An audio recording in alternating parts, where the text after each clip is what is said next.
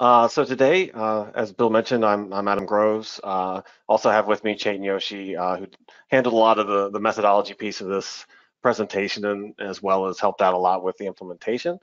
So today we're going to talk about capacity constrained public transit assignment, and we're going to do a little bit of a mix in talking about a little bit about background methodology. Then we're going to dive into the software a little bit just to see how some of these things work in practice.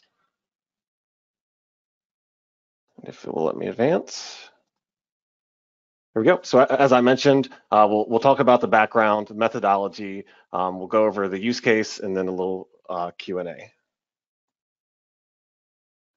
So for the background, right now, most state-of-the-practice models are macroscopic, usually 4-step models, and most of the time, transit is assigned using headway-based methods.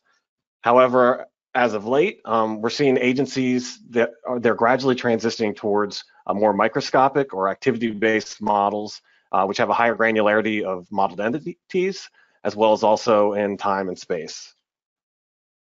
We also see quite a bit of trend towards more dynamic assignment on the auto side or the private transportation side. So we're seeing tend towards these large dynamic assignment models, but typically, as of yet, we haven't seen as much consideration given to dynamic assignment in public transportation. And so we need a methodology to incorporate these time dynamics into public transit as well as into activity-based frameworks to model these system constraints more realistically. So capacity constraints in practice, there's a few different ways we can do this. The first thing is an absolute vehicle capacity. So just physically, there's a certain amount of capacity that any given vehicle can hold. We know, if anybody's traveled on really busy public transit, we know this can be a little bit flexible depending on how well you're willing to get to know your neighbor. So this absolute vehicle capacity would be a hard capacity constraints.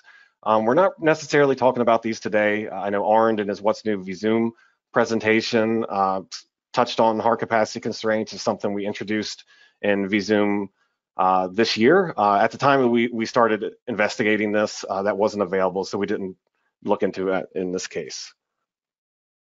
The second way we can look at capacity is discomfort in the vehicle. So as a passenger, when you're in a really crowded transit vehicle, you feel a bit uncomfortable. So this is one way that we can kind of measure the effect, and this can increase as seats are occupied and it moves to standing room only. The third way this can be modeled is discomfort outside the vehicle. So we feel that level of discomfort in the vehicle, but also as we're going through the stations or at the stops, we can also feel uncomfortable as well. So these are a couple different ways that we can talk about capacity constraints. But today we're mostly talking about soft capacity constraints, and in particular when we talk about that discomfort that's experienced within the vehicles. So with soft capacity constraints, we allow a volume to capacity ratio that's greater than 1. So as the assignment's made, you can end up with a theoretical capacity or volume that's greater than the capacity. But then those journey legs with higher volumes, volume to capacity ratios are discouraged by penalizing the impedance related to those journeys. Everything we're talking about today primarily deals with a timetable-based assignment, but this has been implemented as well in headway-based assignments. So the way we implement these soft capacities into the transit path choice is an iterative process that goes through these basic steps. So the first thing we do is we update the route cost based on those volume capacity ratios at the journey item level by applying a penalty function. And then we update time varying route choice based on the updated cost. And then there's a smoothing function that gets applied to those final route volumes based on either MSA or exponential smoothing. Then we check for those termination conditions, whether that be weighted volume deviation or maximum iterations. So this is just a little bit of a screenshot, and I'll show you this here in just a minute within vZoom. So if you look here, you have a number of different vehicle journeys and also different combinations of vehicles and the resulting vehicle capacity. So we can see that the C3 here, the capacity is 50, whereas the C1, the capacity is 120. And then I won't dive too much into this. Within vZoom, there's a few different penalty functions you can introduce. Kind of the most common thing is this linear penalty function. We have a number of different other functions that are available there that you can look at that have been implemented by some of our clients. So this is basically a linear relationship between that crowding and that impedance. So what we end up with in the result is that as demand loads onto those vehicle journeys and the vehicles get overcrowded through that iterative process, the journeys actually get shifted later onto the less crowded vehicles. One thing to note when you're looking at these two charts is to scale. So in this first one at 7:15 a.m., we're seeing in excess of 500 people on this particular journey. But as we go over to the volume profile that considers the capacity constraints, you'll notice that that's much more spread out. And this total here is quite a bit lower, down to 320. So we'll see that a little bit in the model we're going to discuss here in a moment. So this is basically in a chart view, but we can also view this in light of the actual timetables. So this is the same thing. On the left, we have those unconstrained flows as the vehicle journeys, and you'll see that most of those journeys are front-loaded into this schedule, but as we introduce the capacity constraints, that will get spread out, and those vehicle journeys will get pushed later. As far as output, a couple things that we can, when output, particularly when used along with an ABM, is things like these shadow prices or level of discomfort skims. So we can take these and use them within the actual transit assignment also, but use that as a feedback loop.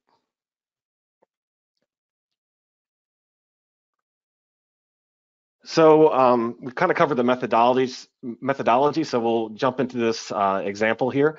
So basically, we took this on, it was a few months ago, just as an example model we could build using some real world data that we could showcase this soft capacity constraints. And it just ended up being good timing because there's certainly some more interest in these types of capacity constraints as it relates to COVID.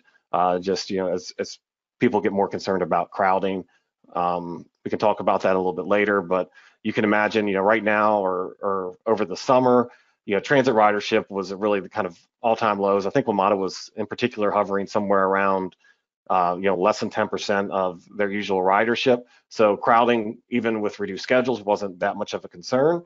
But as hopefully, here in the near future, we'll be transitioning back up to larger ridership levels.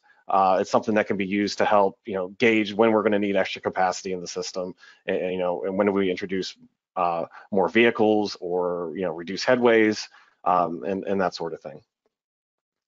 So I want to talk a little bit about some of the data sources we used in this model. So the first thing we talked about or we used in this model was GTFS. WMATA, along with most public transit agencies now, keep really good up-to-date GTFS files. There's pros and cons to that. One thing you have to watch out for when using these GTFS files, I found that since they are so up to date, you do need to make sure that the file doesn't include anything like station closures. That was one thing when I initially pulled the GTFS downloads from WMATA. There was some stations closed because due to the low ridership, WMATA actually had taken the opportunity to accelerate some of their maintenance programs. So in those cases, the stations were closed. But the good news is there's quite a few places online you can find archive versions of these GTFS files, so you can go back to a particular place and time. One of the other, depending on the agency that you're getting the file from too, the amount of cleanup work you need to do can vary a little bit. In the case of a smaller, primarily rail-based network, something like New Jersey Path or BART, the import is pretty much ready to go. With WMATA, because they're such a large agency that covers multiple modes, there was a little bit more cleanup because the entire WMATA system came in. So, you can imagine across the DC metropolitan area how many bus lines there are. So all those came in. So there was a fair bit of cleanup to do. As Arnd also mentioned in the What's New presentation, they have introduced a few cleanup options, which are really great that help you reduce some of the complexity of those duplicate routes and things like that. So that was really helpful. The second piece we used in this building this model was fare car data. So the good news is with a lot of these rail in particular, you typically have a check-in, check-out system. So the agency is typically going to have really good data, origin destination data within their system. They might not cover, a complete trip from home to work, but at least, from, in the case of like WMATA, from entry of the station to exit at their destination station, they know exactly how many trips were there. And for the purposes of this model, we limited strictly to the WMATA Metrorail. So a little bit about like what kind of format that comes in, and as we've looked at other transit agencies, it comes in quite a similar format, where it's going to give you, typically what day it is in both day and day a week, entry station, exit station, and time of day. In this case, these are 15-minute slices, so those are what we brought in. The way we imported this was actually using a combination, well, mostly Python and pandas, and basically wrote a script that took this information and automatically put it into an origin destination matrix, which actually has proved quite handy, because when we've looked at other transit agencies, because the formats are relatively similar, we've been able to reuse that. So at the end result, we end up with matrices for each 15-minute time slice, and primarily we were just looking at the AM peak period from 6 a.m. to 9:30 a.m. The next piece of the puzzle that we need is information about the vehicle fleet. So we need to know, in the case of a rail line, how many cars are there within the cars, how many seats there are, what's the standing capacity. This can vary a little bit, and that's something we've seen, I know, with BART out in the Bay Area, for example. They have modular cars, so they actually physically modified during COVID how many seats were in the cars. I don't believe WMATA did anything like that, but they were running at some reduced frequency, and I believe in some cases they were even not allowing riders in the first car, if I'm not mistaken, just to keep a good level of separation between the riders and the employees. So with that, I am going to tab over into the actual model, and I'll give you a little bit of idea of how these set up and show you some of the results. So this is the model within vZoom. This is obviously after I've kind of cleaned everything up, got rid of all those bus traffic. If you never use any of the public transit functionality or the GTFS importer, it's fairly simple. If you go to File, Import, GTFS, there's a number of things you can configure, and then the import from there is pretty straightforward. And as Arn was talking about, as far as some of those new features, they're available by accessing, if you right-click on links, for instance, this Simplify Node Link Network for public transport comes in really handy, because it does have a tendency to import kind of duplicate links based on how the GTFS data is formatted. Now, as far as once you're in vZoom, those vehicle configurations, if you go to Network and Public Transit Vehicles, this will bring up a dialog box, and you can see here we have a number of different vehicles defined, these vehicle units. So we have a car, which probably isn't the best choice of term because it's confusing with auto traffic, but this would represent a train car. We have a train car with reduced capacity and a bus. And then, especially with this rail line, you have the ability to combine those vehicles into trains that are at reduced capacity or a full train. So once you go into this dialog box, you can see you can combine those different units. So you can add six cars together to make a train, for example, and then you end up with a seat capacity of 150 and a total capacity of 180 in this case, which is this kind of like theoretical reduction in capacity. So as far as getting to actually implementing the capacity constraints, within the public transit assignment in the procedure sequence, if you look at the parameters for the timetable-based assignment, if you go to the extended considerations for transportation or transport supply, here's where you can enable the capacity constraints, and you see you have the options for both a soft or the fail to board, which is the hard capacity constraints. And here's where you can configure that, configure the penalty function. As we talked about, linear is being a common, but for a couple of specific customers, we also have these other penalty functions, so you can feel free to take a look at these and at the documentation and see what best suits your particular application.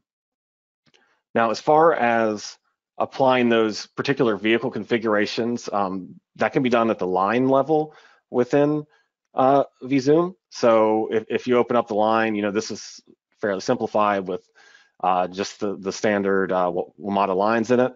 And there's this vehicle combination number. That's where you can input and change which of those vehicle combinations you would like.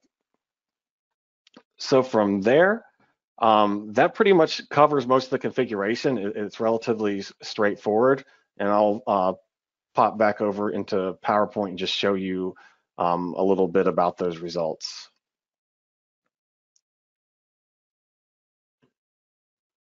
So just to give you an idea of what the impact of those constraints are, I looked at a stop in this particular case, Metro Center. So these are, I picked that primarily because during morning peak, that's going to be quite busy. There's going to be a lot of people traveling through there and a lot of transfers through that station, if you're familiar with the network. So as you can see here, again, just pay a little bit of attention to the scale. So this peaks at about 3,500, and you see things kind of gradually increase, peak, and then trail off as the morning continues. And you'll notice this is, we only considered entries before 9:30, so this tails off quite a bit more than it would in real life. And then, so this particular example is without the capacity constraints introduced. And if I swap over to show you the results with the capacity constraints, first thing you'll notice, the scale of the topped off is closer to 2,800, and it's quite a bit smoother profile. So that kind of more severe peak was spread out. So this gives you a pretty good indication of how the soft capacity constraints work and how it can be used to better represent those the way that capacity affects how people travel on public transportation. Couple things going through this particular example that I would like to share as like good takeaways. So the one thing, thanks to the availability of data, especially in the last couple of years, this public transit data becomes increasingly available to everybody online. So thanks to that, as well as the kind of robust set of tools within vZoom, it's relatively easy to put these types of models together. So don't be discouraged from doing that. The second, as I kind of alluded to with the GTFS data before, having extremely up-to-date data is great, but you do have to be careful and make sure that it accurately reflects the conditions that that you're trying to model. So, taking a look at, is the time period from, when your fare car data and when the GTFS data are from, do they match up? Were there times where certain stations were closed in either of those? So those are things to take a look at beforehand and avoid, but also good places to go ahead and look to troubleshoot if for some reason your results are not what you would have expected. And then, also just, as you're moving, or if you're a consultant, as your clients are moving to these more detailed models, whether it be ABMs or DTA models for representing auto traffic, we think it's a really great idea to also represent public transit in this more detailed way. So I think with that ends my presentation. So we can go ahead and turn it back over to Bill and take any questions. Cool. Thank you, Adam, for that. There are a number of questions here, and I see Chetan is joining. Very good, very good. All right, so I got a series of 3 questions. I'm just going to kind of read these. Are from the same person, and they're kind of probably all somewhat related. So do you or can you feed back to mode split parameters? Can you implement drive-by rules? WMATA actually uses these. and the statement, I guess, says bus ridership was not impacted as much. So, yeah. So for that last point with bus ridership, yeah, I would agree, and that's one of the reasons maybe we restricted this to primarily the Metrorail system. One, the data is sometimes a little easier to get a hold of, and then B, yeah, I wouldn't expect bus ridership to be impacted quite as much. And even within Metrorail, for example, when we took a look at data, across the last maybe 6 months or to a year, for example, during the height of the shutdown, you saw like Center City, DC region, maybe wasn't affected quite as bad or still had a higher proportion of their ridership. I think it's probably because people didn't have a choice, right? People who live maybe in downtown DC are a lot more likely to use the metro system as their primary form of transportation. So apart from walking, maybe that they didn't have another option. As far as mode split parameters, yeah, that should be possible through the skims. Chetan, do you have any comments on that? Yeah, sure. So like we discussed, the outputs that you can feed back to mode choice include a shadow price or a skim. And that's something that will go into the iterative process where the skim calculation will have a additional penalty and so forth if there's overcrowding on certain OD pairs, and that can be fed into mode choice. Okay.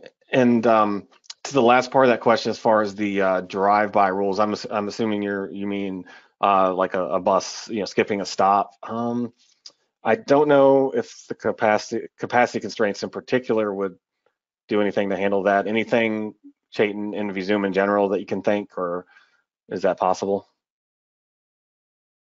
Yeah, generally speaking, like if you looked at the shift of the trips from the vehicle journeys, you can see that when the vehicle is more full, it automatically discourages for passengers to get onto the vehicle.